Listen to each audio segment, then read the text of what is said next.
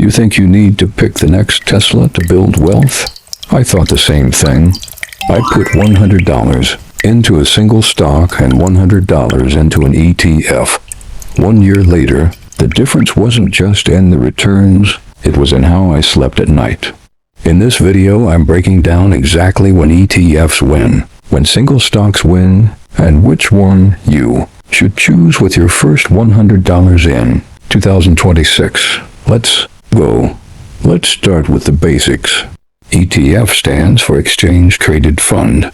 Think of it like a basket. Instead of buying one apple, you're buying a tiny slice of every apple in the orchard. One share of VU, that's the Vanguard S&P 500 ETF, gives you ownership in 500 of the largest U.S. companies. Apple, Microsoft, Amazon, Tesla, all in one click. The price? As of this day is around $450 per share. But here's the key. You don't need $450. With fractional shares, you can buy one worth of VUC by $50, whatever you have. The expense ratio? 0.03%. That's 3 cents for every $100 invested. Per year, that's it. No hidden fees. No management charges. Just 3 cents. Now a single stock is exactly what it sounds like. You're buying one company, one bet, one story. If you buy Apple, you're betting that Apple keeps selling iPhones, keeps growing services, keeps innovating.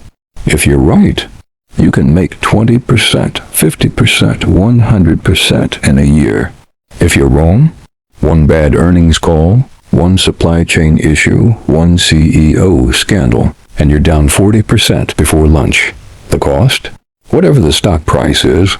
Apple is $175. Tesla is $250. Amazon is $200. No, fractional shares needed if you have the cash, but most beginners don't. And even if you do, you're putting all your eggs in one basket. So I ran an experiment. January 1st, 2025, I put 100 into Apple stock. And I put 100 into VU the S&P 500 ETF. Same day. Same market. Same $100. Here's what happened. Month 1. Apple up 5%. VU up 3%. Apple wins. I felt like a genius. Month 2. Apple down 8% on iPhone sales miss. VU down 2%. Apple loses. I felt sick. Month 3. Apple up 12% on the announcement. VU up 4%. Apple wins again. Month 6, Apple flat. VU up 8%. Cumulative. Month 9, Apple down 15% on regulatory news. VU up 6%. I stopped checking Apple daily. Month 12, Apple finished up 18%. VU finished up 24%. Apple won some months. But here's what the numbers don't show. I lost sleep over Apple. I checked it 10 times a day. I panicked on red days. With VU, I forgot about it. And it kept growing. Let's break this down properly. 5 factors. Risk, return, cost, time. Psychology. Risk, ETF wins. 500 companies means one failure can't sink you. Single stock? One Enron, one Lehman Brothers, one Wirecard, and your money is gone. Return.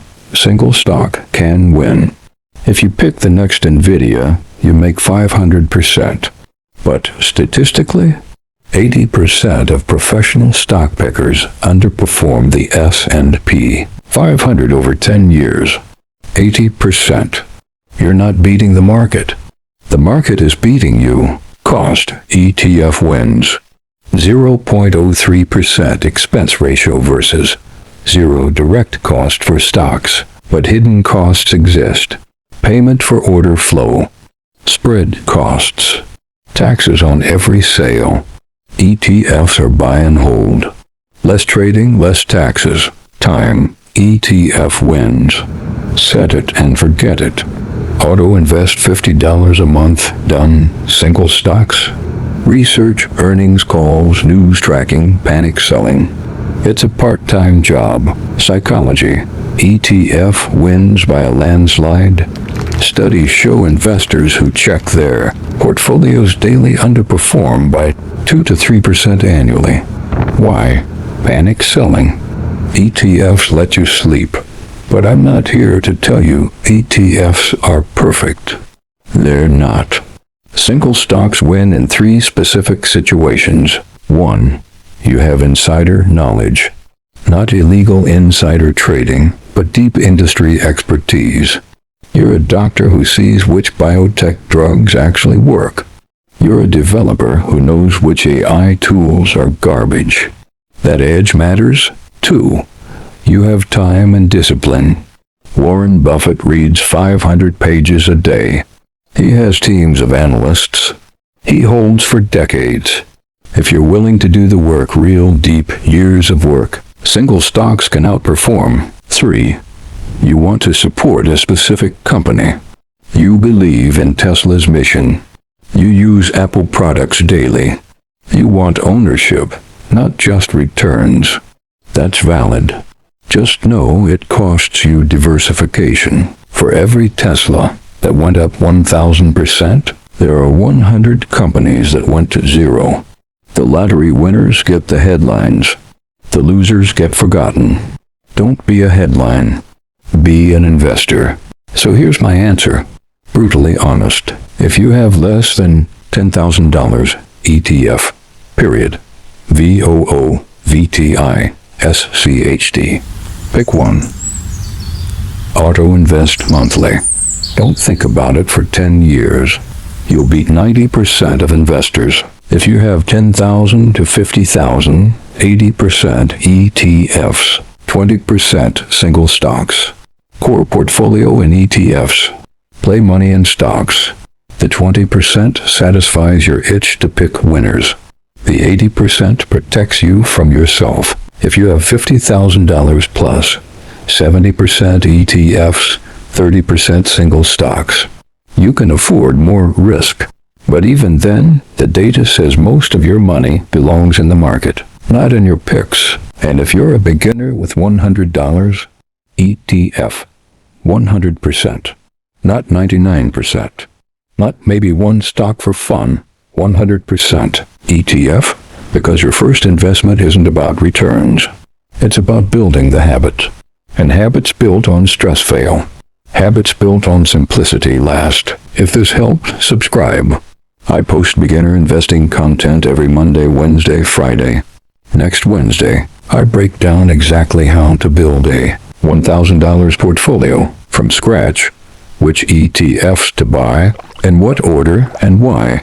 You don't want to miss it. Comment below. Are you team ETF or team stock?